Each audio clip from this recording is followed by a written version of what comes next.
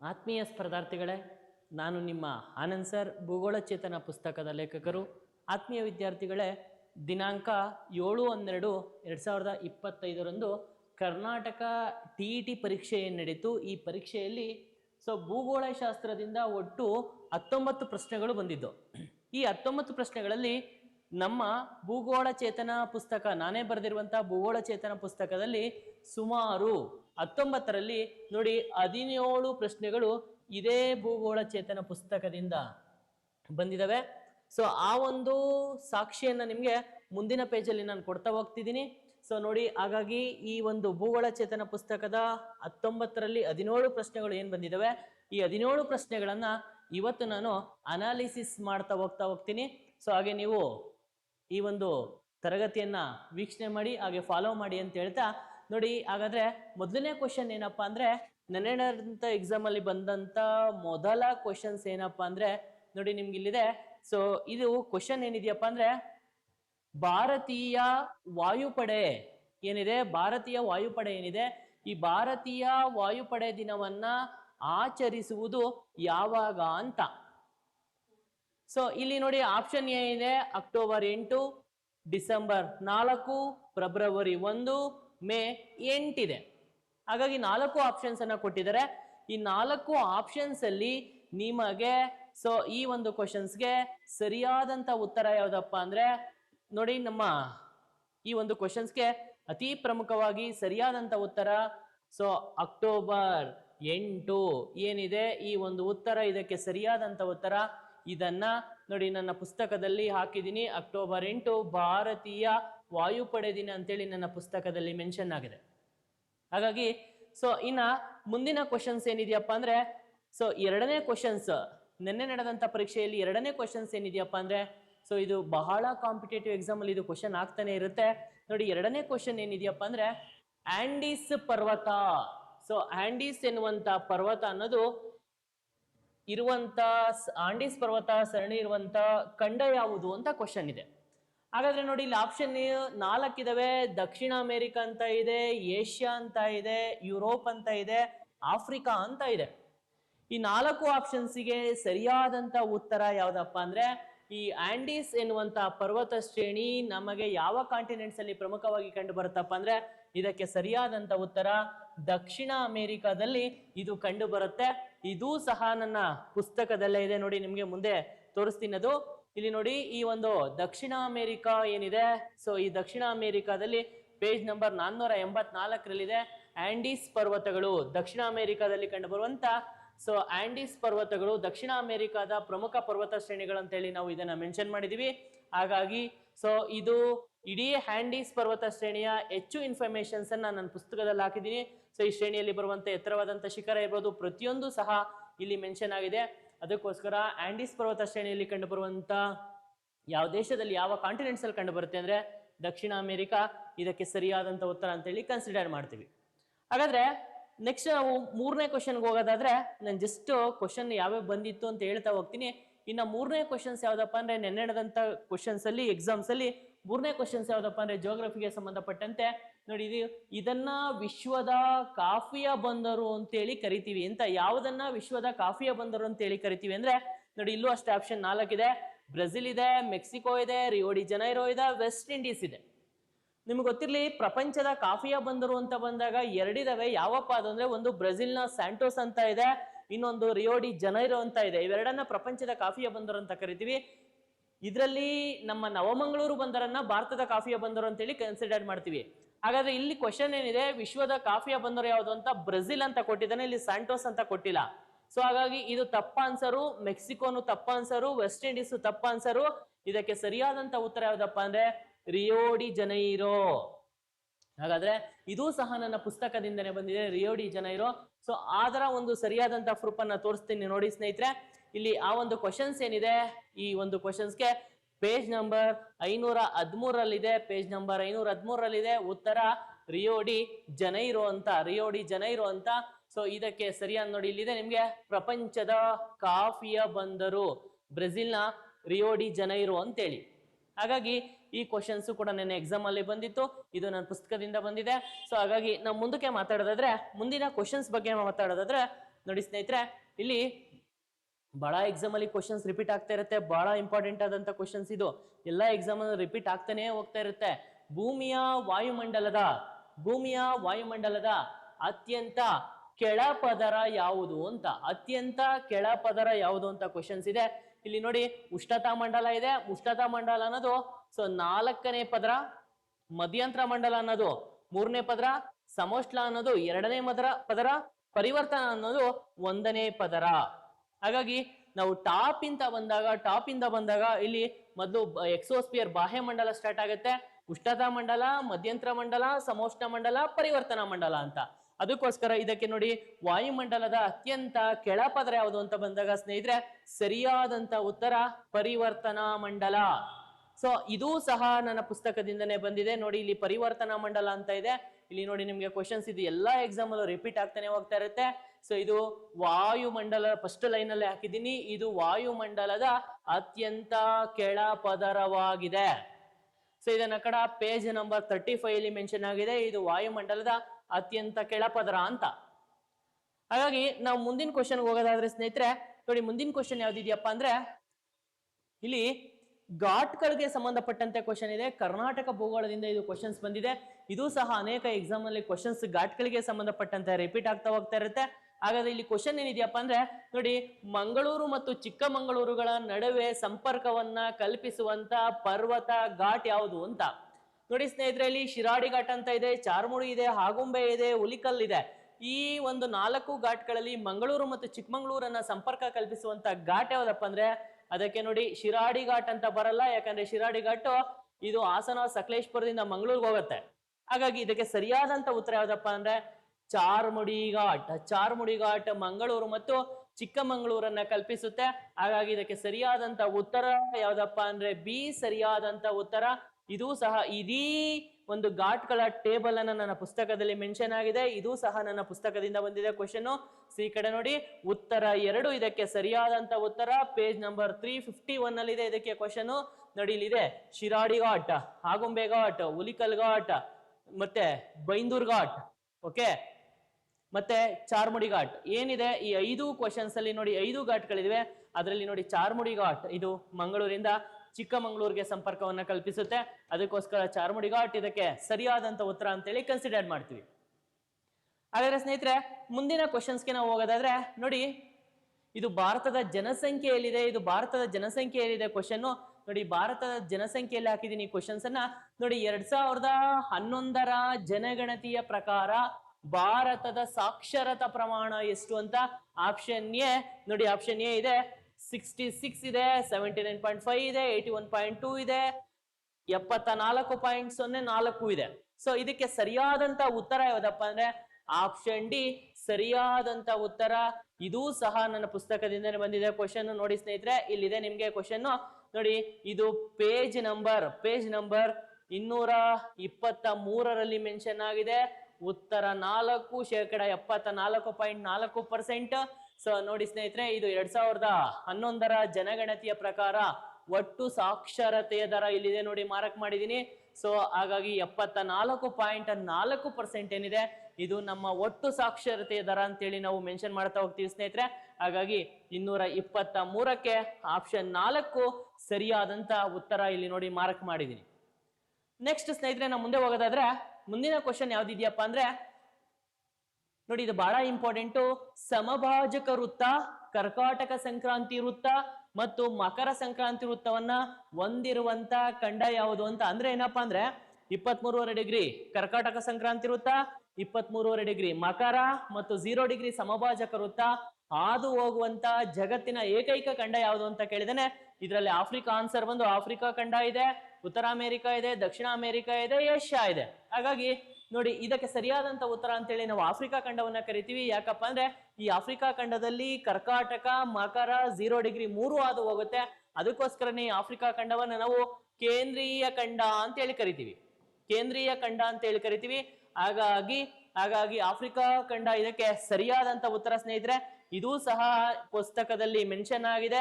So ಇದು ನೋಡಿ, ಇದನ್ನ ಮುಖಪುಟದಲ್ಲಿ ನಾವು ಮೆನ್ಷನ್ ಮಾಡಿದೀವಿ. ಪೇಜ್ ನಂಬರ್ 459 ಇದೆ. ಉತ್ತರ 1 ಆಫ್ರಿಕಾ ಕಾಂಟಿನೆಂಟ್. ಉತ್ತರ 1 ಆಫ್ರಿಕಾ ಕಾಂಟಿನೆಂಟ್ ಇಲ್ಲಿದೆ ನೋಡಿ, ವಿತ್ ಸ್ಟೇಟ್ಮೆಂಟ್ ಸಮೇತ ಇದೆ. ಸಮಭಾಜಕ ವೃತ್ತ, ಮಕರ ಸಂಕ್ರಾಂತಿ ವೃತ್ತ, ಕರ್ಕಾಟಕ ಸಂಕ್ರಾಂತಿ ವೃತ್ತ ಈ ಖಂಡದ ಮೂಲಕ ಹಾದು ಹೋಗುತ್ತವೆ. ಹಾಗಾಗಿ ಇದನ್ನ ಕೇಂದ್ರೀಯ ಖಂಡ ಅಂತೇಳಿ ಕರಿತೀವಿ. ಹಾಗಾಗಿ ಇದು ನೋಡಿ ಸ್ನೇಹಿತರೆ, ಇದು ಸರಿಯಾದಂತ ಉತ್ತರ ಅಂತೇಳಿ ನಾವು ಕನ್ಸಿಡರ್ ಮಾಡ್ತೀವಿ. ಆಫ್ರಿಕಾ ಖಂಡವನ್ನ ಉತ್ತರ 1 ಆಫ್ರಿಕಾ ಖಂಡ ಸರಿಯಾದಂತ ಉತ್ತರ. ನನ್ನ ಪುಸ್ತಕದಲ್ಲಿ ಇದು ಮೆನ್ಷನ್ ಆಗಿದೆ. ನೆಕ್ಸ್ಟ್ ಸ್ನೇಹಿತರೆ, ಮುಂದಿನ ಕ್ವಶನ್ಸ್ ಬಗ್ಗೆ ನಾವು ಮಾತಾಡೋದಾದ್ರೆ ನೋಡಿ ಸ್ನೇಹಿತರೆ, ವಾಯುಮಂಡಲ, ಭೂಮಿಯ ವಾಯುಮಂಡಲಕ್ಕೆ ಸಂಬಂಧಪಟ್ಟಂತೆ ಕ್ವಶನ್ಸ್ ಇದು. ಓಝೋನ್ ಎನ್ನುವಂತ ಅನಿಲವು ಯಾವ ವಲಯದಲ್ಲಿ ಕಂಡು ಬರುತ್ತದೆ ಅಂತ. ಯಾಕಂದ್ರೆ ವಾತಾವರಣದಲ್ಲಿ 5 ವಲಯಗಳಿದಾವೆ: troposphere, stratosphere, mesosphere, thermosphere, exosphere ಅಂತ. ಇದರಲ್ಲಿ ವಿಶೇಷವಾಗಿ ಕ್ವಶನ್ ಏನಿದೆಯಪ್ಪ ಅಂದ್ರೆ ಓಝೋನ್ ಅನಿಲವು ಯಾವ ವಲಯದಲ್ಲಿ ಕಂಡು ಬರುತ್ತೆ ಅಂತ. ಇಲ್ಲಿ ಆಪ್ಷನ್ ಎ ಪರಿವರ್ತನಾ ಮಂಡಲ ಅಲ್ಲ, ಮಧ್ಯಂತರ ಮಂಡಲ ಅಲ್ಲ, ಸಮೋಷ್ಣ ಮಂಡಲ, ಉಷ್ಣತಾ ಮಂಡಲ ಅಂತ ಬಂದಾಗ ನೋಡಿ ಇದಕ್ಕೆ ಸರಿಯಾದಂತ ಉತ್ತರ ಓಝೋನ್ ಲೇಯರ್ ನಮ್ಗೆ ಎಲ್ಲಿ ಕಂಡು ಬರುತ್ತಪ್ಪ ಅಂದ್ರೆ ಸಮೋಷ್ಣ ಮಂಡಲದಲ್ಲಿ ಕಂಡು ಬರುತ್ತದೆ. ಹಾಗಾಗಿ ಇದಕ್ಕೆ ಸರಿಯಾದಂತ ಉತ್ತರ ಆಪ್ಷನ್ ಸಿ ಇದಕ್ಕೆ ಸರಿಯಾದಂತ ಉತ್ತರ ಸ್ನೇಹಿತರೆ. ಇದೂ ಸಹ ನನ್ನ ಪುಸ್ತಕದಲ್ಲಿ ಮೆನ್ಷನ್ ಆಗಿದೆ, ನೋಡಿ ಇಲ್ಲಿದೆ. ಸೊ ಸರಿಯಾದಂತ ಉತ್ತರ ಸೊ ಸಮೋಷ್ಣ ಮಂಡಲ. ಇದನ್ನ ಪೇಜ್ ನಂಬರ್ 35ರಲ್ಲಿ ಕೊಟ್ಟಿದ್ದೀನಿ ನೋಡಿ. ಇಲ್ಲಿ ನಿಮ್ಗೆ ಕಾಣ್ತಾ ಇದೆ, ಇದು ಸಮೋಷ್ಣ ಮಂಡಲ. ಇಲ್ಲಿಂದ ಇದನ್ನ ಆಯ್ಕೆ ಮಾಡ್ಕೊಂಡಿದೀವಿ. ಸಮೋಷ್ಣ ಮಂಡಲ ಸ್ಟ್ರಾಟೋಸ್ಪಿಯರ್ ಅಲ್ಲಿ ನಮ್ಗೆ ಓಝೋನ್ ಲೇಯರ್ ಕಂಡು ಬರ್ತೇನೆ ಸ್ನೇಹಿತರೆ. ಬಹಳ ಎಕ್ಸಾಮ್ ಅಲ್ಲಿ ಕ್ವಶನ್ ರಿಪೀಟ್ ಆಗ್ತಾನೆ ಹೋಗುತ್ತೆ.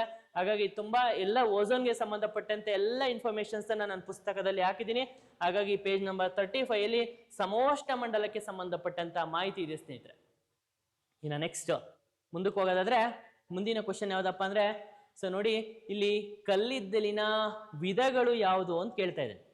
ಇಲ್ಲಿ ನೋಡಿ, ಲಿಗ್ನೈಟ್ ಮತ್ತು ಬಯೋಟೈಟ್ ಅಲ್ಲ, ಬ್ರಾನೈಟ್ ಮತ್ತು ಮ್ಯಾಗ್ನಟೈಟ್ ಅಲ್ಲ, ಆಂಥ್ರಾಸೈಟ್, ಬ್ರಾನೈಟ್ ಅಲ್ಲ, ಲಿಗ್ನೈಟ್ ಮತ್ತು ಪೀಟ್. ನೋಡಿ ಇದು ಮತ್ತೆ ಇದು ತಪ್ಪ ಆನ್ಸರು. ಇಲ್ಲಿ ಕಲ್ಲಿದ್ದಲಿನ ವಿಧ ಅಂತ ಬಂದಾಗ ಇದು ಸರಿಯಾದಂತ ಹೊಂದಾಣಿಕೆಯಾಗುವಂತ ಉತ್ತರ ಲಿಗ್ನೈಟ್ ಮತ್ತು ಪೀಟ್ ಏನಿದೆ ಇದು ಕಲ್ಲಿದ್ದಲಿನ ಪ್ರಮುಖ ವಿಧ ಅಂತ ಹೇಳಿ ಕನ್ಸಿಡರ್ ಮಾಡ್ತೀವಿ. ಹಾಗಾಗಿ ಇದಕ್ಕೆ ಸರಿಯಾದಂತ ಉತ್ತರ ಯಾವ್ದಪ್ಪ ಅಂದ್ರೆ ಆಪ್ಷನ್ ಡಿ ಸರಿಯಾದಂತ ಉತ್ತರ. ಇದೂ ಸಹ ನನ್ನ ಪುಸ್ತಕದಲ್ಲೇ ಬಂದಿದೆ ಸ್ನೇಹಿತರೆ. ನೋಡಿ ಮುಂದಿನ ತೋರಿಸ್ತೀನಿ ನಾನು ಅದನ್ನ. ಇಲ್ಲಿದೆ ನೋಡಿ ಕ್ವಶನ್. ಸೊ ಸರಿಯಾದಂತ ಉತ್ತರ 4. ಇದು ಎಲ್ಲಿದೆಯಪ್ಪ ಅಂದ್ರೆ ನೋಡಿ ನಿಮ್ಗೆ ಲಿಗ್ನೈಟ್ ಮತ್ತೆ ಪೀಟ್. ಲಿಗ್ನೈಟ್ ಮತ್ತೆ ಪೀಟ್ ಎನ್ನುವುದು ಕಲ್ಲಿದ್ದಲಿನ 3ನೇ ಮತ್ತು 4ನೇ ವಿಧ. ಇಡೀ ಕಲ್ಲಿದ್ದಲಿನಿಗೆ ಬೇಕಾದಂತ ಎಲ್ಲ ಎಕ್ಸ್ಪ್ಲನೇಷನ್ ಸಹ ಇಲ್ಲಿ ಮೆನ್ಷನ್ ಆಗಿದೆ. ಲಿಗ್ನೈಟ್ ಮತ್ತೆ ಪೀಟ್ ಕಲ್ಲಿದ್ದಲಿನ ವಿಧ ಅಂತೇಳಿ ನಾವು ಕನ್ಸಿಡರ್ ಮಾಡ್ತೀವಿ. ಹಾಗಾಗಿ ಇದಕ್ಕೆ ಸರಿಯಾದಂತ ಉತ್ತರ ಆಪ್ಷನ್ 4 ಲಿಗ್ನೈಟ್ ಮತ್ತು ಪೀಟ್. ಓಕೆ ಸ್ನೇಹಿತರೆ, ಇನ್ನು ಮುಂದೆ ಹೋಗೋದಾದ್ರೆ ಮುಂದಿನ ಕ್ವಶನ್ ಯಾವ್ದಿದ್ಯಪ್ಪ ಅಂದ್ರೆ ನೋಡಿ, ಮುಂದಿನ ಯಾವ್ದಿದ್ಯಪ್ಪ ಅಂದ್ರೆ ನೋಡಿ,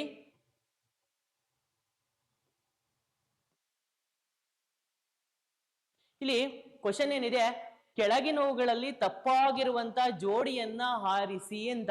ಇಲ್ಲಿ 4 ಜೋಡಿಗಳಿದಾವೆ. 4 ಜೋಡಿಗಳಲ್ಲಿ ಯಾವ ಜೋಡಿ ತಪ್ಪಾಗಿದೆ ಅಂತ. ಈಗ ಉದಾಹರಣೆ, ದುರ್ಗಾಪುರ ಸ್ಟೀಲ್ ಪ್ಲಾಂಟ್ ಪಶ್ಚಿಮ ಬಂಗಾಳದಲ್ಲಿದೆ, ದುರ್ಗಾಪುರ ವುಡ್ ಅಂತ ಕೂಡ ಕರಿತೀವಿ. ಬಿಲಾಯಿ ಸ್ಟೀಲ್ ಪ್ಲಾಂಟ್ ಛತ್ತೀಸ್ಗಢದಲ್ಲಿದೆ. ಸೇಲಂ ಸ್ಟೀಲ್ ಪ್ಲಾಂಟ್ ತಮಿಳ್ನಾಡಲ್ಲಿದೆ. ಬಕಾರೋ ಸ್ಟೀಲ್ ಪ್ಲಾಂಟ್ ಇಲ್ಲಿ ಒಡಿಸ್ಸಾ ಅಂತ ಇದೆ. ಇದು ಒಡಿಸ್ಸಾ ಅಲ್ಲ, ಇದು ಬೊಕಾರೋ ಸ್ಟೀಲ್ ಪ್ಲಾಂಟ್ ಎಲ್ಲಿದೆಯಪ್ಪ ಅಂದ್ರೆ ಜಾರ್ಖಂಡ್ ಅಲ್ಲಿದೆ. ಎಲ್ಲಿದೆ? ಜಾರ್ಖಂಡ್ ಅಲ್ಲಿದೆ. ಅದಕ್ಕೋಸ್ಕರ ಆಪ್ಷನ್ ಡಿ ಏನಿದೆ ನೋಡಿ, ಇಲ್ಲಿ ಆಪ್ಷನ್ ಡಿ ಸರಿಯಾದಂತ ಉತ್ತರ ಅಲ್ಲ, ತಪ್ಪಾದಂತ ಉತ್ತರ. ಅದಕ್ಕೋಸ್ಕರ ಇಲ್ಲಿ ತಪ್ಪಾಗಿರುವಂತ ಜೋಡಿ ಯಾವುದು ಅಂತ ಬಂದಾಗ ಆಪ್ಷನ್ 4 ಏನಿದೆ ಇದು ಸರಿಯಾದಂತ ಉತ್ತರ. ಇದೂ ಸಹ ಎಂಟೈರ್ ನನ್ನ ಪುಸ್ತಕದಲ್ಲಿ ಮೆನ್ಷನ್ ಆಗಿದೆ. ನೋಡಿ ಇಲ್ಲಿ ಕಾಣ್ತಾ ಇದೆ ನಿಮ್ಗೆ, ಎಲ್ಲವನ್ನು ಕೂಡ ನನ್ನ ಪುಸ್ತಕದಲ್ಲಿ ಮೆನ್ಷನ್ ಮಾಡಿದೀನಿ. ಸೊ ಇಲ್ಲಿ ನೋಡಿ, ಬಕಾರೋ ಏನಿದೆ, ರೂರ್ಕೆಲಾ ಏನಿದೆ, ಸೊ ಇದೆಲ್ಲವೂ ವಿಶಾಖಪಟ್ಟಣ ಇದೆ, ಎಲ್ಲವೂ ಕೂಡ ಇದರಲ್ಲಿ ಮೆನ್ಷನ್ ಆಗ್ತಾ ಹೋಗ್ತಿದೆ. ಹಾಗಾಗಿ ಇದನ್ನ ನೋಡಿದ್ರೆ ನಿಮ್ಗೆ ಈಸಿಯಾಗಿ ನೀವು ಅದನ್ನ ಐಡೆಂಟಿಫೈ ಮಾಡಬಹುದಾಗತ್ತೆ. ಹಾಗಾಗಿ ಬಕಾರೋ ನೋಡಿ, ಇಲ್ಲಿ ಇನ್ನೇನು ಒಂದ್ಸಾಗ ಏನ್ ತೋರಿಸ್ತೀನಿ. ಬಕಾರೋ ಎನ್ನುವಂತ ಸ್ಟೀಲ್ ಪ್ಲಾಂಟ್ ಒಡಿಸಾದಲ್ಲಿದೆ ಅಂತ ಇಲ್ಲ ಆನ್ಸರ್ ಇದೆ. ಬಟ್ ಇದಕ್ಕೆ ಸರಿಯಾದಂತ ಉತ್ತರ ನೋಡಿ, ಬಕಾರೋ ಎನ್ನುವಂತ ಉಕ್ಕಿನ ಕಾರ್ಖಾನೆ ಇದು ಜಾರ್ಖಂಡ್ ರಾಜ್ಯದಲ್ಲಿದೆ. ಹಾಗಾಗಿ ಇದು ಸರಿಯಾದಂತ ಉತ್ತರ ಅಂತ. ಸರಿ ಇತ್ತಲ್ಲ, ಸರಿಯಾದಂತ ಉತ್ತರ ಅಂತ. ನೆಕ್ಸ್ಟ್ ಅದಾದ್ಮೇಲೆ ನಾವು ಮುಂದಕ್ಕೆ ಹೋಗೋದಾದ್ರೆ ಮುಂದಿನ ಕ್ವಶನ್ ನೋಡಿ, ಮುಂದಿನ ಕ್ವಶನ್ಗೆ ಹೋಗೋದಾದ್ರೆ ಇಲ್ಲಿ ನೋಡಿ, ಬುಡಕಟ್ಟು ಜನಾಂಗಕ್ಕೆ ಸಂಬಂಧಪಟ್ಟಂತೆ ಯಾವಾಗಲೂ ಕೂಡ ನಿಮಗೆ ಬುಡಕಟ್ಟು ಜನಾಂಗಕ್ಕೆ ಸಂಬಂಧಪಟ್ಟಂತೆ ಯಾವಾಗಲೂ ಕೂಡ ಕ್ವಶನ್ಸ್ ಬರ್ತಾ ಇರುತ್ತೆ. ಇಲ್ಲಿ ಬುಡಕಟ್ಟು ಜನಾಂಗಕ್ಕೆ ಸಂಬಂಧಪಟ್ಟಂತೆ ಕ್ವಶನ್ ಏನಿದೆಯಪ್ಪ ಅಂದ್ರೆ ನೋಡಿ ಸ್ನೇಹಿತರೆ, ಇದು ಬುಡಕಟ್ಟು ಜನಾಂಗ ಅನ್ನೋದು ಎಲ್ಲ ಕಾಂಪಿಟೇಟಿವ್ ಎಕ್ಸಾಮ್ಗೆ ಇಂಪಾರ್ಟೆಂಟು. ಇಲ್ಲಿ ನೋಡಿ ಜಾರ್ವಾ ಮತ್ತು ಓಂಗೆ ಬುಡಕಟ್ಟುಗಳು ಯಾವ ದ್ವೀಪದಲ್ಲಿ ಕಂಡು ಬರುತ್ತೆ ಅಥವಾ ಎಲ್ಲಿ ಕಂಡು ಬರುತ್ತೆ ಅಂತ ನೋಡಿ ಸ್ನೇಹಿತರೆ. ಇಲ್ಲಿ ಆಪ್ಷನ್ ಎ ಇದೆ ಫಿಲಿಪೈನ್ಸ್, ಬೋರ್ನಿಯಾ ಅಂತ ಇದೆ, ಲಕ್ಷದ್ವೀಪ ಇದೆ, ಅಂಡಮಾನ್ ನಿಕೋಬಾರ್ ಇದೆ. ಸೊ ಜಾರ್ವಾ ಮತ್ತು ಓಂಗೆ ಎನ್ನುವಂತ ಟ್ರೈಬಲ್ ಪೀಪಲ್ ನಮ್ಗೆ ಎಲ್ಲಿ ಕಂಡು ಬರುತ್ತಪ್ಪ ಅಂದ್ರೆ ವಿಶೇಷವಾಗಿ ಅಂಡಮಾನ್ ಮತ್ತು ನಿಕೋಬಾರ್ ದ್ವೀಪದಲ್ಲಿ ಕಂಡು ಬರುತ್ತೆ. ಆಪ್ಷನ್ 4 ಇದಕ್ಕೆ ಸರಿಯಾದಂತ ಉತ್ತರ ಸ್ನೇಹಿತರೆ. ಇದೂ ಸಹ ನನ್ನ ಪುಸ್ತಕದಲ್ಲಿ ಮೆನ್ಷನ್ ಆಗಿದೆ. ಇಲ್ಲಿ ನೋಡಿ, ಇಲ್ಲಿ ಕ್ವಶನ್ ಇದೆ. ಸೊ ಉತ್ತರ 4 ಸರಿಯಾದಂತ ಉತ್ತರ. ಇದನ್ನ ಪೇಜ್ ನಂಬರ್ 311 ಅಲ್ಲಿ ಇದೆ, ಪೇಜ್ ನಂಬರ್ 311 ಅಲ್ಲಿ ಇದೆ. ಸೊ ಅಂಡಮಾನ್ ಮತ್ತು ನಿಕೋಬಾರ್ ಅಲ್ಲಿ ಕಂಡು ಬರುವಂತ ಪ್ರಮುಖ ಬುಡಕಟ್ಟು ಜನಾಂಗ ಯಾವುದು ಅಂತ ನೋಡಿ. ಅಂಡಮಾನ್ ನಿಕೋಬಾರ್ ಅಲ್ಲಿ ಗ್ರೇಟ್ ಅಂಡಮಾನೀಸ್, ವರನ್ಸ್, ವಂಗೆನ್ಸ್, ಸೆಂಟ್ರಲೀಸ್ ಮತ್ತೆ ಶಾಂಪೈನ್ಸ್ ಎನ್ನುವಂತ ಅನೇಕ ಬುಡಕಟ್ಟು ಜನಾಂಗ ಕಂಡು ಬರುತ್ತೆ. ಅದು ನಮ್ಮ ಪುಸ್ತಕದಲ್ಲಿ ಮೆನ್ಷನ್ ಆಗಿದೆ ಸ್ನೇಹಿತರೆ. ಅದಕ್ಕೋಸ್ಕರ ಉತ್ತರ 4 ಇದಕ್ಕೆ ಸರಿಯಾದಂತ ಉತ್ತರ ಅಂತೇಳಿ ಕನ್ಸಿಡರ್ ಮಾಡ್ತೀವಿ. ಇನ್ನು ನೋಡಿ ಸ್ನೇಹಿತರೆ, ಈ ಕ್ಲೌಡ್ಸ್ ಮೋಡಗಳಿಗೆ ಸಂಬಂಧಪಟ್ಟಂತೆ ಒಂದು ಕ್ವಶನ್ ಇದೆ. ಏನಪ್ಪಾ ಅದು ಕ್ವಶನ್ ಅಂದ್ರೆ, ರಾಶಿ ವೃಷ್ಟಿ ಮೋಡಗಳಿಗೆ ಸಂಬಂಧಿಸಿದಂತೆ ಸರಿಯಾದಂತ ಹೇಳಿಕೆ ಯಾವುದು ಅಂತ. ರಾಶಿ ವೃಷ್ಟಿ ಮೋಡಗಳು ಅಥವಾ ನಿಂಬಸ್ ಕ್ಲೌಡ್ಸ್ ಅಂತ ನಾವೇನ್ ಕರಿತೀವಿ, ಅದಕ್ಕೆ ಸರಿಯಾದಂತ ಉತ್ತರ ಯಾವ್ದಪ್ಪ ಅಂದ್ರೆ ನೋಡಿ, ಡೆಫಿನೇಷನ್ ಇದೆ. ಈ ರಾಶಿ ವೃಷ್ಟಿ ಮೋಡಗಳು ಹೆಚ್ಚು ಮಳೆಯನ್ನ ಮತ್ತು ಹಿಮ ಮಳೆ ಸುರಿಸುತ್ತವೆ, ಒಂದ್ ಆಪ್ಷನ್. ವಾಯುಮಂಡಲದಲ್ಲಿ ಅತಿ ಎತ್ತರದ ಮೋಡಗಳು ಸೆಕೆಂಡ್ ಆಪ್ಷನ್. ವಾಯುಮಂಡಲದ ಅತ್ಯಂತ ಕೆಳಮಟ್ಟದಲ್ಲಿರುತ್ತೆ ಮೂರನೇ ಆಪ್ಷನ್. ತೆಳುವಾದ ಹಾಳೆ ಅಥವಾ ವಿಸ್ತಾರವಾದಂತ ಪದರಗಳಂತೆ ಕಾಣುತ್ತೆ ಅಂತೇಳಿ 4 ಆಪ್ಷನ್ಸ್ ಇದೆ. ಹಾಗಾದ್ರೆ ರಾಶಿವೃಷ್ಟಿ ಮೋಡಗಳು ಅಂತ ಬಂದಿದ ತಕ್ಷಣ ನಮ್ಗೆ ಬಹಳ ಇಂಪಾರ್ಟೆಂಟ್ ಏನಪ್ಪಾ ಅಂದ್ರೆ, ಇವು ಅತಿ ಹೆಚ್ಚು ಮಳೆ ಮತ್ತು ಹಿಮ ಮಳೆ ಸುರಿಸುತ್ತವೆ. ಹಾಗಾಗಿ ಇದಕ್ಕೆ ಸರಿಯಾದಂತ ಉತ್ತರ ಆಪ್ಷನ್ ಎ ಇದಕ್ಕೆ ಸರಿಯಾದಂತ ಉತ್ತರ ಸ್ನೇಹಿತರೆ. ಇದೂ ಸಹ ನನ್ನ ಪುಸ್ತಕದಲ್ಲಿ ಮೆನ್ಷನ್ ಆಗಿದೆ ನೋಡಿ. ಪೇಜ್ ನಂಬರ್ 54ರಲ್ಲಿದೆ, ಇದು ಪೇಜ್ ನಂಬರ್ 54ರಲ್ಲಿದೆ. ಇಲ್ಲಿದೆ ನೋಡಿ, ಅತಿ ಹೆಚ್ಚು ಮಳೆ ತರುವಂತ ಮೋಡಗಳು ಅಂತ ಬಂದಾಗ ರಾಶಿ ವೃಷ್ಟಿ ಮೋಡಗಳು. ಹಾಗಾಗಿ ಇದನ್ನ ವಿತ್ ಪ್ರೂಫ್ ಸಮೇತ ಕೊಟ್ಟಿದ್ದೀವಿ ನನ್ನ ಪುಸ್ತಕದಿಂದ. ಬಂದಿರುವಂತ ಮತ್ತೊಂದು ಕ್ವಶನ್, ಅತಿ ಹೆಚ್ಚು ಮಳೆ ತರುವಂತ ಮೋಡಗಳು ರಾಶಿ ವೃಷ್ಟಿ ಮೋಡಗಳು ಅಂತೇಳಿ ನಾವು ಕನ್ಸಿಡರ್ ಮಾಡ್ತೀವಿ. ಹಾಗಾದ್ರೆ ಇಷ್ಟಾದ್ಮೇಲೆ ಸ್ನೇಹಿತರೆ, ಮುಂದಿನ ಕ್ವಶನ್ಸ್ಗೆ ನಾವು ಹೋಗೋದಾದ್ರೆ ನೋಡಿ, ವರ್ಲ್ಡ್ ಫೈತ್ಫುಲ್ ಗೈಸರ್ ಇದು ಯಾವ ದೇಶದಲ್ಲಿದೆ ಅಂತ ನೋಡಿ. ವರ್ಲ್ಡ್ ಫೈತ್ಫುಲ್ ಗೈಸರ್ ಇದು ಯಾವ ದೇಶದಲ್ಲಿದೆ ಅಂತ ಬಂದಾಗ ಜರ್ಮನಿಯಲ್ಲಿದೆ, ಆಪ್ಷನ್ ಜರ್ಮನಿಯಲ್ಲಿದೆ. ಆಪ್ಷನ್ ಬಿ ಅಮೆರಿಕ ಸಂಯುಕ್ತ ಸ್ಥಾನದಲ್ಲಿದೆ, ಬಿ ಬ್ರೆಜಿಲ್ ಇದೆ, 4 ದಕ್ಷಿಣ ಆಫ್ರಿಕಾದಲ್ಲಿದೆ ಅಂತ. ಇದಕ್ಕೆ ನೋಡಿ ಸ್ನೇಹಿತರೆ, ಸರಿಯಾದಂತ ಉತ್ತರ ಯಾವ್ದಪ್ಪ ಅಂದ್ರೆ ಅಮೆರಿಕ ಸಂಯುಕ್ತ ಸಂಸ್ಥಾನದಲ್ಲಿದೆ. ಸೊ ಇದೂ ಸಹ ಆಪ್ಷನ್ ಸೆಕೆಂಡ್ ಇದಕ್ಕೆ ಸರಿಯಾದಂತ ಉತ್ತರ. ಇದೂ ಸಹ ನನ್ನ ಪುಸ್ತಕದಿಂದ ಬಂದಿದೆ ನೋಡಿ ಸ್ನೇಹಿತರೆ. ಇಲ್ಲಿ ಇದು ಚೂರು ಅನಾಲಿಸಿಸ್ ಮಾಡ್ತೀನಿ. ಇಲ್ಲಿ ಉತ್ತರ ಅಮೆರಿಕ ಸಂಯುಕ್ತ ಸಂಸ್ಥಾನ. ಪೇಜ್ ನಂಬರ್ ನೋಡಿ, ಪೇಜ್ ನಂಬರ್ 481ರಲ್ಲಿದೆ, ಪೇಜ್ ನಂಬರ್ 481ರಲ್ಲಿದೆ. ಇಲ್ಲಿ ನೋಡಿ, ಇಲ್ಲಿ ಈ ಅಮೆರಿಕಾದಲ್ಲಿ ನಮಗೆ ಯೆಲ್ಲೋ ಸ್ಟೋನ್ ಎನ್ನುವಂತ ರಾಷ್ಟ್ರೀಯ ಉದ್ಯಾನವನ ಕಂಡು ಬರುತ್ತೆ. ಇದರಲ್ಲಿ ಬಿಸಿ ನೀರಿನ ಬುಗ್ಗೆಗಳು ಕಂಡು ಬರುತ್ತೆ. ಇದನ್ನೇ ನಾವೇನಂತ ಕರಿತೀವಪ್ಪ ಅಂದ್ರೆ, ಸೊ ಇದನ್ನೇ ನಾವು ಪ್ರಮುಖವಾಗಿ ನೋಡಿ, ಇಲ್ಲಿ ಕ್ವಶನ್ ಏನಿದೆ, ಇದನ್ನೇ ನಾವು ಪ್ರಮುಖವಾಗಿ ಏನಂತ ಕರಿತೀವಪ್ಪ ಅಂದ್ರೆ ವರ್ಲ್ಡ್ ಫೈತ್ಫುಲ್ ಗೈಸರ್ ಅಂತ ಹೇಳಿ ನಾವು ಇದನ್ನ ಕರಿತಾ ಹೋಗ್ತೀವಿ. ಹಾಗಾಗಿ ಇದಕ್ಕೆ ಸರಿಯಾದಂತ ಉತ್ತರ ಅಂತೇಳಿ ಆಪ್ಷನ್ 2ನ ನಾವು ಸರಿಯಾದಂತ ಉತ್ತರ ಅಂತ ಸೆಲೆಕ್ಟ್ ಮಾಡ್ತೀವಿ. ಇದಕ್ಕೆ ಸೊ ನೋಡಿ, ಇಲ್ಲಿದೆ, ಇಲ್ಲಿ ಈ ಒಂದು ನನ್ನ ಪುಸ್ತಕದ ಈ ಭಾಗದಿಂದ ಈ ಕ್ವಶನ್ ಅನ್ನು ನಾವು ಆಯ್ಕೆ ಮಾಡ್ಕೊಂಡಿದೀವಿ. ಇನ್ನ ಸ್ನೇಹಿತರೆ, ಮುಂದಿನ ಕ್ವಶನ್ ಯಾವ್ದಪ್ಪ ಅಂದ್ರೆ, ಭಾರತದೊಂದಿಗೆ ನೋಡಿ, ಇದು ಬಹಳ ಎಕ್ಸಾಮ್ ಅಲ್ಲಿ ಆಗ್ತಾ ಇರುತ್ತೆ ಕ್ವಶನ್.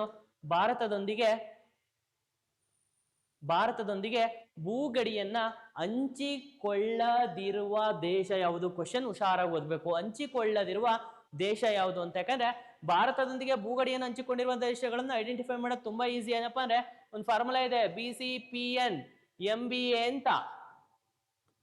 ಬಾಂಗ್ಲಾದೇಶ, ಚೀನಾ, ಪಾಕಿಸ್ತಾನ, ನೇಪಾಳ, ಮಯನ್ಮಾರ್, ಭೂತಾನ್ ಮತ್ತು ಆಫ್ಘಾನಿಸ್ತಾನ ಅಂತ ಇವು ಭಾರತದೊಂದಿಗೆ 15,200 ಕಿಲೋಮೀಟರ್ ಉದ್ದದ ಭೂಗಡಿಯನ್ನು ಹಂಚಿಕೊಂಡಿದ್ದಾವೆ. ಇಲ್ಲಿ ನೋಡಿ, ಭೂಗಡಿಯನ್ನು ಹಂಚಿಕೊಂಡಿರುವಂತಹ ದೇಶಗಳು ಬಾಂಗ್ಲಾದೇಶ. ಈ ಫಾರ್ಮುಲಾ ಪ್ರಕಾರ ಬಾಂಗ್ಲಾದೇಶ ಭೂಗಡಿಯನ್ನು ಹಂಚಿಕೊಂಡಿದೆ, ಮಯನ್ಮಾರ್ ಹಂಚ್ಕೊಂಡಿದೆ, ಭೂತಾನ್ ಹಂಚ್ಕೊಂಡಿದೆ. ಹಾಗಾಗಿ ಇಲ್ಲಿ ಮಾಲ್ಡೀವ್ಸ್ ಅನ್ನೋದು ಭಾರತದ ನೈಋತ್ಯದ ನೆರೆಹೊರೆಯ ದೇಶ. ಇದು ಭಾರತದೊಂದಿಗೆ ಜಲಗಡಿಯನ್ನು ಹಂಚ್ಕೊಂಡಿದೆ. ಯಾವುದೇ ಕಾರಣಕ್ಕೂ ಭಾರತದೊಂದಿಗೆ ಇದು ಭೂಗಡಿಯನ್ನ ಹಂಚ್ಕೊಂಡಿಲ್ಲ. ಆ ಕಾರಣಕ್ಕೋಸ್ಕರ ಇಲ್ಲಿ ಸರಿಯಾದಂತ ಉತ್ತರ ಭೂಗಡಿಯನ್ನ ಹಂಚಿಕೊಳ್ಳದೇ ಇರುವ ದೇಶ ಯಾವ್ದಪ್ಪ ಅಂದ್ರೆ ಮಾಲ್ಡೀವ್ಸ್. ಮಾಲ್ಡೀವ್ಸ್ ಹಂಚಿಕೊಳ್ಳದೇ ಇರುವಂತ ದೇಶ. ಅದಕ್ಕೋಸ್ಕರ ಇಲ್ಲಿ ಸರಿಯಾದಂತ ಉತ್ತರ ಅಂತ ಹೇಳಿ ನಾವು ಯಾವ್ದನ್ನ ಸೆಲೆಕ್ಟ್ ಮಾಡ್ತೀವಪ್ಪ ಅಂದ್ರೆ ಆಪ್ಷನ್ ಡಿ ನ ಸೆಲೆಕ್ಟ್ ಮಾಡ್ತೀವಿ. ಆಪ್ಷನ್ ಡಿ ಇದಕ್ಕೆ ಸರಿಯಾದಂತ ಉತ್ತರ ಅಂತ ಹೇಳಿ ಕನ್ಸಿಡರ್ ಮಾಡ್ತೀವಿ ಸ್ನೇಹಿತರೆ. ಇದು ಸಹ ನನ್ನ ಪುಸ್ತಕದಿಂದನೇ ಕವರ್ ಆಗಿದೆ ಕ್ವಶನ್. ನೋಡಿ ಸ್ನೇಹಿತರೆ, ಇಲ್ಲಿ ಏನಿದೆ ಕ್ವಶನ್ ಅಂದ್ರೆ ಭೂಗಡಿಯನ್ನ ಹಂಚಿಕೊಂಡಿರುವಂತ ದೇಶಗಳು. ನೋಡಿ, ಭೂಗಡಿಯನ್ನು ಹಂಚಿಕೊಂಡಿರುವಂತಹ ದೇಶಗಳ ಲಿಸ್ಟ್ ನಿಮ್ಗೆ ಇಲ್ಲಿ ಸಿಕ್ಕಿದೆ. 7 ಭೂಗಡಿಯನ್ನು ಹಂಚಿಕೊಂಡಿರುವಂತ ದೇಶ ಇದೆ. ಇದರಲ್ಲಿ ಭೂಗಡಿಯನ್ನು ಹಂಚಿಕೊಂಡೇ ಇರುವಂತ ದೇಶ ಯಾವ್ದಪ್ಪ ಅಂದ್ರೆ ಮಾಲ್ಡೀವ್ಸ್ ಅನ್ನೋದು ನಿಮ್ಗೆ ಈಸಿಯಾಗಿ ಐಡೆಂಟಿಫೈ ಮಾಡ್ಬೋದು. ಅದಕ್ಕೋಸ್ಕರ ನಿಮ್ಗೆ ಈಸಿಯಾಗಿ ಇದು ಅರ್ಥ ಆಗತ್ತೆ. ಸೊ ಆಪ್ಷನ್ 4 ಸರಿಯಾದಂತ ಉತ್ತರ ಅಂತ ಪೇಜ್ ನಂಬರ್ 99ರಲ್ಲಿ ಇದಕ್ಕೆ ಸರಿಯಾದಂತ ಉತ್ತರವನ್ನ ಕೊಟ್ಟಿದ್ದೀವಿ ಸ್ನೇಹಿತರೆ. ಇನ್ನು ನೆಕ್ಸ್ಟ್ ಮುಂದಕ್ಕೆ ಹೋಗೋದಾದ್ರೆ ನೋಡಿ, ಇದು ಅಂಟಾರ್ಟಿಕಾ ವೃತ್ತದ ಮತ್ತೊಂದು ಹೆಸರೇನು ಅಂತ. ಯಾವಾಗ್ಲೂ ಇದು ಕ್ವಶನ್ಸ್ ನೋಡಿ, ಇದು ಅಂಟಾರ್ಟಿಕಾ ವೃತ್ತ ಮತ್ತೊಂದು ಹೆಸರೇನು ಅಂತ ಬಂದಾಗ ಉದಾಹರಣೆ ನೋಡಿ, 23.5 ಡಿಗ್ರಿ ಉತ್ತರ ಅಕ್ಷಾಂಶವನ್ನ ಕರ್ಕಾಟಕ ಸಂಕ್ರಾಂತಿ ಅಂತ ಕರಿತೀವಿ. 66.5 ಡಿಗ್ರಿ ದಕ್ಷಿಣ ಅಕ್ಷಾಂಶವನ್ನ ನಾವೇನಂತ ಕರಿತೀವಪ್ಪ ಅಂದ್ರೆ ಅಂಟಾರ್ಟಿಕಾ ವೃತ್ತ ಅಂತ ಕರಿತೀವಿ. ಹಾಗಾಗಿ ಇದಕ್ಕೆ ಸರಿಯಾದಂತ ಉತ್ತರ ಆಪ್ಷನ್ ಬಿ ಸರಿಯಾದಂತ ಉತ್ತರ. ಹಾಗಾದ್ರೆ 66.5 ಡಿಗ್ರಿ ಉತ್ತರ ಅಕ್ಷಾಂಶವನ್ನ ನಾವೇನಂತ ಕರಿತೀವಿ ಅಂತ ಏನಾದ್ರು ಕೇಳ್ಬಿಟ್ರೆ, ಸಪೋಸ್ ಆರ್ಕಿಟಿಕ್ ವೃತ್ತ ಅಂತ ಕರಿತೀವಿ.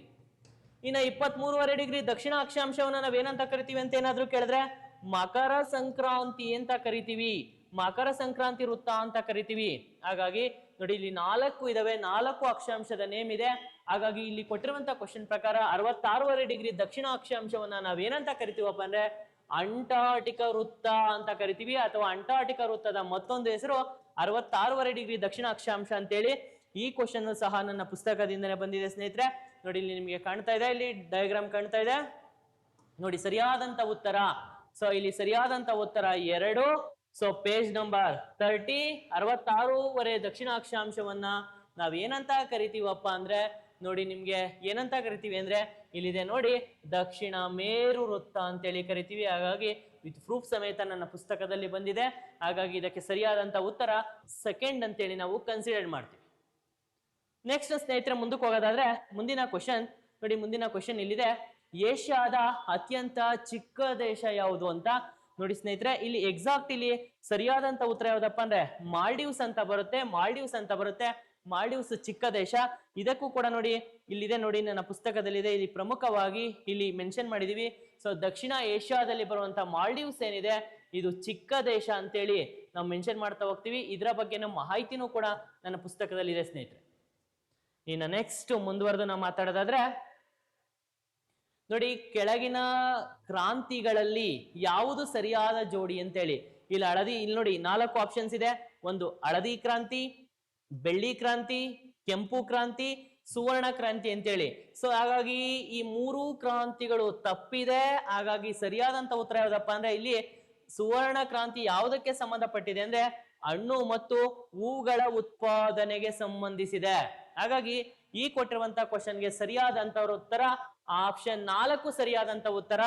ಇದರ ಪ್ರೂಫ್ ಸಹ ನನ್ನ ಪುಸ್ತಕದಲ್ಲಿ ಇದೆ ಸ್ನೇಹಿತರೆ. ಈ ಕ್ವಶನ್ ಸಹ ನನ್ನ ಪುಸ್ತಕದಿಂದನೇ ಬಂದಿದೆ. ನೋಡಿ, ನಿಮ್ಗೆ ಇಲ್ಲಿ ಕಾಣ್ತಾ ಇದೆ. ಸೊ ಇಲ್ಲಿ ಹಳದಿ ಕ್ರಾಂತಿ ಅಂತ ಬಂದಾಗ ನಿಮ್ಗೆ ಹಳದಿ ಕ್ರಾಂತಿ ಬಗ್ಗೆನೂ ಇದೆ, ಸುವರ್ಣ ಕ್ರಾಂತಿ ಬಗ್ಗೆನೂ ಇದೆ, ಎಲ್ಲ ಕ್ರಾಂತಿಗಳ ಬಗ್ಗೆನೂ ಹಾಕಿದ್ದೀನಿ. ಅಧಿಕೃತವಾಗಿ ನಮಗೆ ಸುವರ್ಣ ಕ್ರಾಂತಿ ಯಾವುದಕ್ಕೆ ಸಂಬಂಧಪಟ್ಟಿದೆ ಅಂತ ಬಂದಾಗ ವಿಶೇಷವಾಗಿ ನೋಡಿ, ಇಲ್ಲಿದೆ ನಿಮ್ಗೆ ತೆಂಗು, ಮಾವು, ಗೋಡಂಬಿ ಮತ್ತು ವಿವಿಧ ಹಣ್ಣುಗಳ ಉತ್ಪಾದನೆಗೆ ಸಂಬಂಧಿಸಿದಂತ ಕ್ರಾಂತಿಯನ್ನ ನಾವು ಸುವರ್ಣ ಕ್ರಾಂತಿ ಅಂತ ಕರಿತೀವಿ. ಅದು ಸಹ ಪುಸ್ತಕ ಪೇಜ್ ನಂಬರ್ 240 ನಲ್ಲಿ ನನ್ನ ಪುಸ್ತಕದಿಂದ ಬಂದಿದೆ ಸ್ನೇಹಿತರೆ. ಹಾಗಾಗಿ ಇಲ್ಲಿ ನಮಗೆ ಪ್ರಮುಖವಾಗಿ ಕಾಣುತ್ತೆ. ನೆಕ್ಸ್ಟ್ ಇನ್ನ ನೋಡಿ, ಕರ್ನಾಟಕದಲ್ಲಿ ನೆಕ್ಸ್ಟ್ ಕ್ವಶನ್, ಕರ್ನಾಟಕದಲ್ಲಿ ಅತಿ ಹೆಚ್ಚು ಸಾಗುವಳಿ ಭೂಮಿಯನ್ನ ಹೊಂದಿರುವಂತ ಜಿಲ್ಲೆ ಯಾವುದು ಅಂತ ಹೇಳಿ ಕೇಳಿದ್ದೇನೆ ಸ್ನೇಹಿತರೆ. ಇದಕ್ಕೆ ಸರಿಯಾದಂತ ಉತ್ತರ ಕಲಬುರ್ಗಿ. ಇದಕ್ಕೆ ಸರಿಯಾದಂತ ಉತ್ತರ. ಇದನ್ನ ನನ್ನ ಪುಸ್ತಕದಲ್ಲಿ ನಾನು ನೇರವಾಗಿ ಸಾಗುವಳಿ ಭೂಮಿ ಅಂತ ಹಾಕಿಲ್ಲ. ಹಾಗಾಗಿ ಈ ಒಂದು ಕ್ವಶನ್ಸ್ ಏನಿದೆ ಇದಕ್ಕೆ ಸರಿಯಾದಂತ ಉತ್ತರ ಅಂತೇಳಿ ನಾವು ಕನ್ಸಿಡರ್ ಮಾಡ್ತೀವಿ ಕಲಬುರ್ಗಿಯನ್ನ. ಅದಕ್ಕೋಸ್ಕರ ಇದಕ್ಕೆ ಸರಿಯಾದಂತ ಉತ್ತರ ಕಲಬುರ್ಗಿ ಸರಿಯಾದಂತ ಉತ್ತರ ಸ್ನೇಹಿತರೆ. ಇನ್ನ ನೋಡಿ, ನೆಕ್ಸ್ಟ್ ಲಾಸ್ಟ್ ಕ್ವಶನ್, ನೆನ್ನೆ ನಡೆದಂತ ಎಕ್ಸಾಮ್ಸ್ ಅಲ್ಲಿ ಬಂದಂತ ಜಿಯೋಗ್ರಫಿಗೆ ಸಂಬಂಧಪಟ್ಟಂತ ಕೊನೆ ಕ್ವಶನ್ ಯಾವ್ದಪ್ಪ ಅಂದ್ರೆ ನೋಡಿ, ಆಸ್ಟ್ರೇಲಿಯಾದ ಪೂರ್ವಕ್ಕೆ ಹರಿಯುವಂತ ನದಿಗಳು ಯಾವುದು ಅಂತೇಳಿ. ನಾನು ಎಲ್ಲಾ ನದಿ ವ್ಯವಸ್ಥೆಗಳನ್ನ ಮಿಕ್ಸಡ್ ಅಲ್ಲಿ ಹಾಕಿದ್ದೀನಿ, ಅದನ್ನು ಅಧಿಕೃತವಾಗಿ ಪಶ್ಚಿಮಕ್ಕೆ ಹರಿಯುವುದು ಯಾವುದು, ದಕ್ಷಿಣಕ್ಕೆ ಹರಿಯುವುದು ಯಾವುದು ಅಂತ ಕೇಳಿಲ್ಲ. ಹಾಗಾಗಿ ನೋಡಿ ಇಲ್ಲಿ ಕ್ವಶನ್ ಕೇಳ್ಬಿಟ್ಟಿದ್ದಾನೆ, ಪೂರ್ವಕ್ಕೆ ಹರಿಯುವ ನದಿಗಳು ಯಾವುದು ಅಂತ. ಮಿಚೆಲ್ ಡಾಲಿ ಇದೆ, ಹಂಟರ್ ಬೊಲ್ಯಾಂಡೋ ಇದೆ, ಮಿಚೆಲ್ ಗಿಲ್ಬರ್ಟ್ ಇದೆ, ಡಾಲಿ ಮತ್ತು ವಿಕ್ಟೋರಿಯಾ ಇದೆ. ಇದರಲ್ಲಿ ನೋಡಿ ಈ ಕ್ವಶನ್ಗೆ ಹಂಟರ್ ಮತ್ತು ಬೆಲ್ಯಾಂಡೋ ಅನ್ನೋದು ಸರಿಯಾದಂತ ಉತ್ತರ. ಹಾಗಾಗಿ ನೋಡಿ ಸ್ನೇಹಿತರೆ, ಇದು ನಿನ್ನೆ ನಡೆದಂತ ಜಿಯೋಗ್ರಫಿಗೆ ಸಂಬಂಧಪಟ್ಟಂತ 19 ಕ್ವಶನ್ಗಳನ್ನ ನಾನು ಮುಂದೆ ಅನಾಲಿಸಿಸ್ ಮಾಡಿದ್ದೀನಿ. ಇದರಲ್ಲಿ 17 ಕ್ವಶನ್ಸ್ಗಳು ನನ್ನ ಪುಸ್ತಕದಿಂದನೇ ಬಂದಿದ್ದಾವೆ ಸ್ನೇಹಿತರೆ. ಸೊ ಹಾಗಾಗಿ ತಮ್ಮೆಲ್ಲರಿಗೂ ಕೂಡ ಕೀ ಆನ್ಸರ್ಸ್ ಅನ್ನ ಚೆಕ್ ಮಾಡ್ಕೊಳ್ಳಿ. ಸೊ ಹಾಗಾಗಿ ತಮ್ಮೆಲ್ಲರಿಗೂ ಕೂಡ ಧನ್ಯವಾದಗಳು. Thank you. ಶುಭವಾಗಲಿ.